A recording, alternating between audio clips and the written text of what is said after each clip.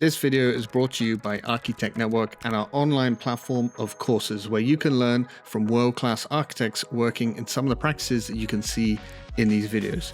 You can learn Grasshopper, Revit, Rhino Inside, Twinmotion, and some of our new courses on AI, and lots more courses that we're delivering over the next year. So please, if you like this video, check out our courses in the link below so we can keep bringing you more content like this.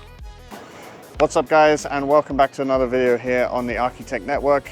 As you know, we're in New York, and so we're going to try out the same thing we did in Copenhagen with our cycle tour and take you guys on a little bit of an architecture walking tour this time along the Highline.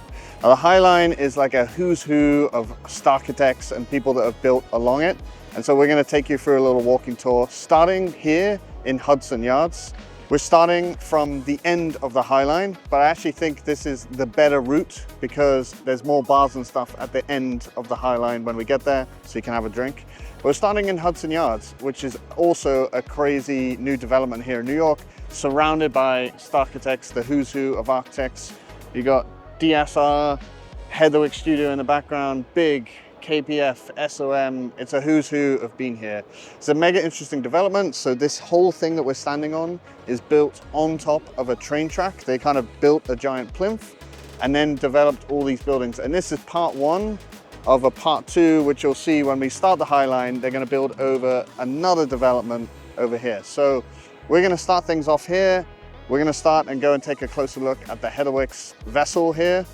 And from there, we'll kick it off.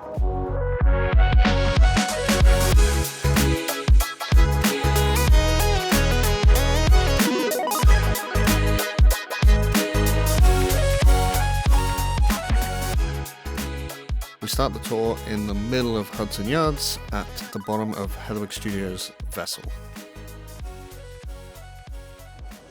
All right, so we're going to start the tour of Heatherwick. We're also going to end the tour of Heatherwick, not to give away too much, but this is the vessel. This is a really cool product, I think. I love it from a geometry perspective. It's a fun sculpture. I think originally they were commissioned for a sculpture, and they actually managed to turn it around so it's something that people can actually walk up and interact with. It opened in 2019, but for me, I think it's a really cool example of the power of computational design, the power of modular design. If you look up the way they constructed it, it's basically built in these little modular components, which is pretty cool. Super interesting from a geometry perspective, the cladding, the copper kind of finish to it. I like it a lot. I was lucky enough to tour it when it first opened in 2019. If you do come to New York, come and check it out, but I think it's a really cool piece of architecture. Quick turnaround and a walk over to the bottom of Big's spiral building. Okay, building number two, of course, it's the big spiral building. This is literally just completed, I think. I was fortunate enough to go up it during construction in 2021, and now this is the first time I've seen it completed. Obviously, the concept is fairly clear. It has a spiral. Each floor has its own open terrace, which means they have their own outdoor space. Unfortunately, most people think you can walk up it on the outside. For this one, it's too big. This thing is massive. If you remember our first architect tour of the big office, it was the model I was saying always blows me away, that it's so bigger than all the other ones. Very cool building. Also from here, you get a really cool shot of the big building, but also you've got the Empire State Building in the background. So if you start here and make your way to the beginning of the Highline, you get this cool shot. So this is definitely one to come and check out. So from Hudson Yards, you take a little walk into the less developed area and the tiny entrance to the Highline. All right, so standing on the Highline, you can actually see a little bit more what I was talking about with Hudson Yards. It's sitting on top of all these train tracks. And the cool thing about this is just phase one. So there's going to be another phase that they're going to build on top of that. So you're going to get Hudson Yards times two. And of course, from here, you can see all the other towers from Big, KPF, SOM, KPF in the background, Heatherwick, and the DSR tower, who also designed the Highline as well, as I mentioned earlier. Right, so we're here starting our tour on the north end of the Highline, or the uptown end since we're in New York, and we're making our way downtown. So the Highline, if you don't know, is a revival of a disused subway line or railway line that wasn't in use and they revived it. It was designed in collaboration with DSR, which is Diller Scofidio Renfro. I'll just call them DSR from this point, and field operations. And both of them have done a lot of work. DSR also designed a number of the buildings along the Highline. And field operations, you see them all over the place. They do amazing landscape design, very cool firm to check out. But that's a little bit of an introduction to the Highline. We're gonna walk down, you see it changes a little bit. You can see the disused railway in the background here, and you'll see all the different buildings that we're gonna stop along the way. From the entrance of the Highline, you take this long looping walk and you eventually get to the building called the Shed. Okay, so third and fourth buildings along our tour. First is what's called the Shed by DSR. They designed the larger skyscraper as a whole, but the Shed is a really cool feature that actually moves. It's a moving piece that comes out. It's this roof, this ETFE roof, which is essentially an inflatable structure built around this shell that, if you see, has little wheels, and it actually rolls out, so they can expand the space for different events and conferences or whatever it is, which is really cool. You don't often see moving architecture. So these are these massive wheels that the entire Shed moves up and down these tracks you can see right there. Right now you can see it's unfolded, so it's not against the rest of the building. I believe this was done in collaboration with Thornton Tomasetti that worked out the very complex engineering for this to be movable. But again, very unique project and super cool one to check out along the way. And then the second is 30 Hudson Yards in the background, designed by KPF. And that's where you can go to the top of it at the edge. I haven't done that yet, but I really want to. And you can get this epic view of town. So maybe that's an even better place to start there and then come down and start your way along the Highline. But two very cool projects here, project 3 and 4 along our journey. Some really cool features as you walk down the Highline. They've actually left parts of the old railway here. So they've got like a little bit, you can actually walk along here, and these little, I don't even know what these are, these little contraptions for moving the train from one side to the other, but super cool feature. And yeah, really nice touch to keep it.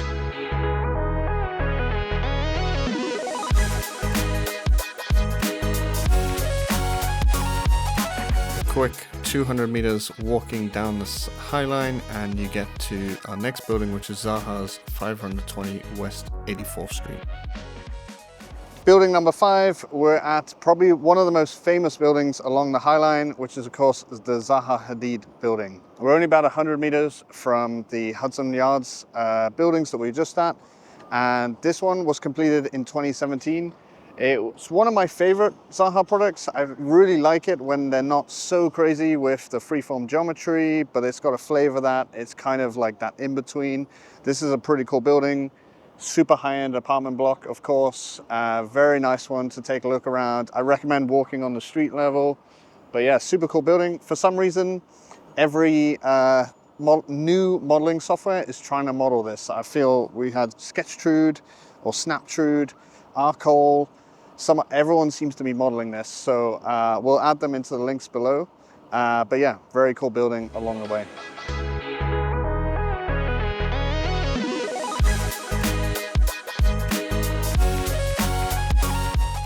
So again, another few hundred meters down the Highline and we get to our next stop, Highline 23.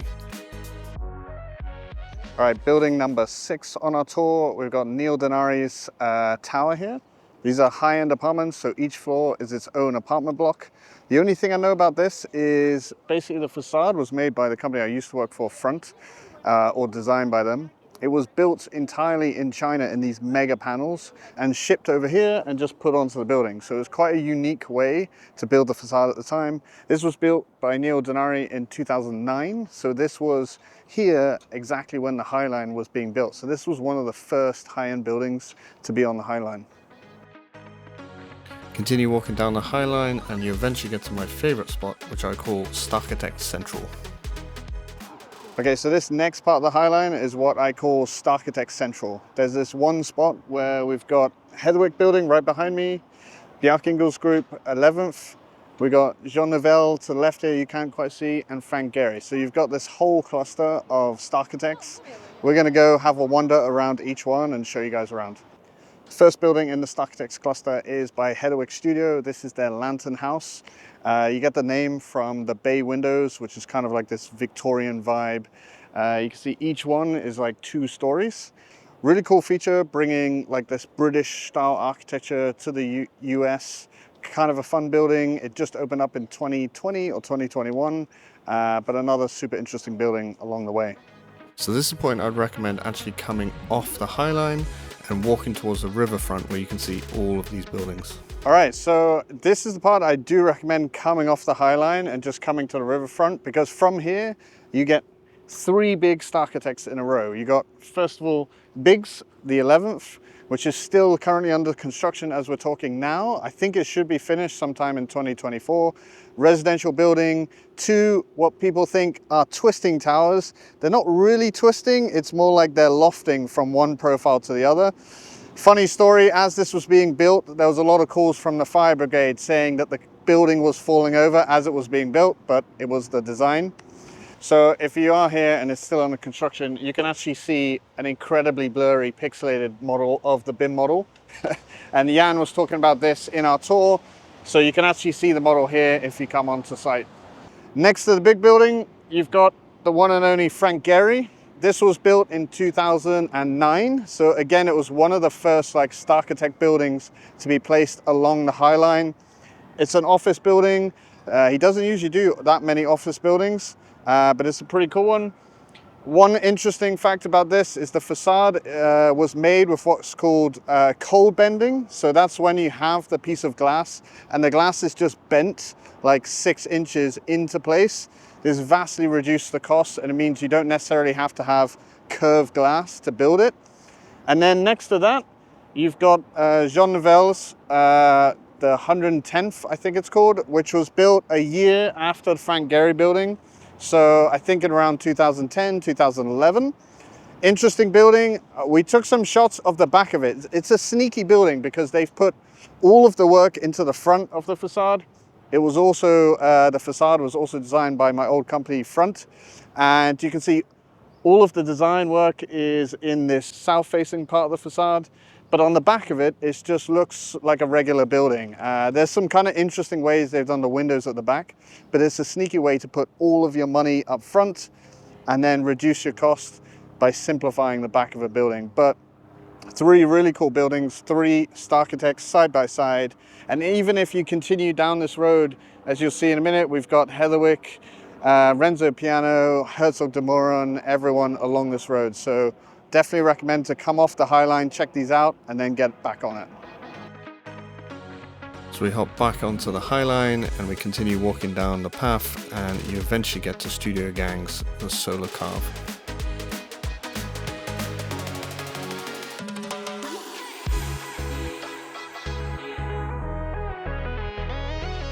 So the next building is designed by Studio Gang. Just a quick little feature is called the Solar Carve.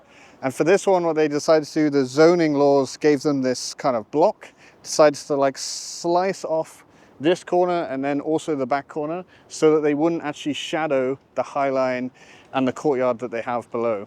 Super cool little feature, kind of got this like parametric vibe. I'm assuming maybe they worked out the angles with grasshopper or ladybug. I hope so, but yeah, another cool little feature along the Highline. And a last little walk down to the end of the Highline and we get to Renzo Piano's the Whitney Museum of American Art. All right, so we're pretty much at the end of the tour and the end of the Highline. So here, the finishing point, if you're up for a bit more culture towards the end, is the Whitney Museum, designed by Renzo Piano. Obviously a super cool building. This was built in the mid-teenies, I think. Can't remember off the top of my head when it was finished, but it's a cool exhibition to go and check it out right at the end of the Highline. And there's also a bunch of bars in here, but we're gonna finish it with one final building or project, which is Heatherwick's Little Island, where you can just take a walk off the Highline and head over. So that's gonna be our last stop, so we'll go and check it out. One other final little shout out to Morris Adjmi Architects that have designed this Samsung headquarters. Quite a cool building that's fusing like the local meatpacking industrial building with this fun little twist. I've always really liked this building, super fun, and another great one on the end of the Highline. And our bonus stop, head across the road, you would have seen it from the Highline, we have Heatherwick's Little Island. All right, so our last stop on our tour is Heatherwick's very own Little Island here in New York. This should be a good one. The project was finished in around 2021. I was living in New York at the time, but I didn't actually go and tour around it. And since you can really see the vegetation has grown out. So this should be a really cool one. It's just a few meters off the Highline, and this is where I recommend you kind of finish your tour. We're pretty familiar with this project because we have Sylvia, who is an immersive designer at Heatherwick Studio, actually create a twin motion course around this. So if you want to learn twin motion and also develop your own Little Island using the model itself, you can get the course on our website. I'll put it in the description in the link below, but otherwise let's go around and take a look.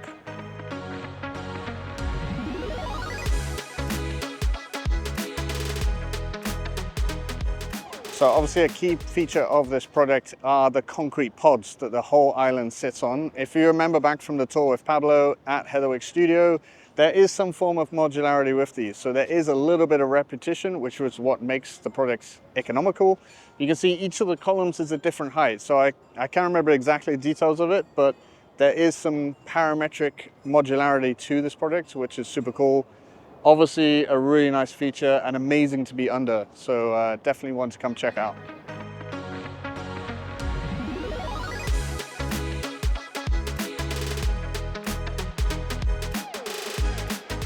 Welcome to Pechakucha in the park.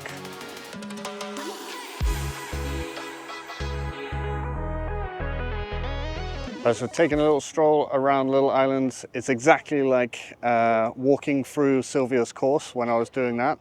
Really cool features. We got like the amphitheater stuff going on in the middle, the viewport up at the top. I'd absolutely recommend coming to check it out.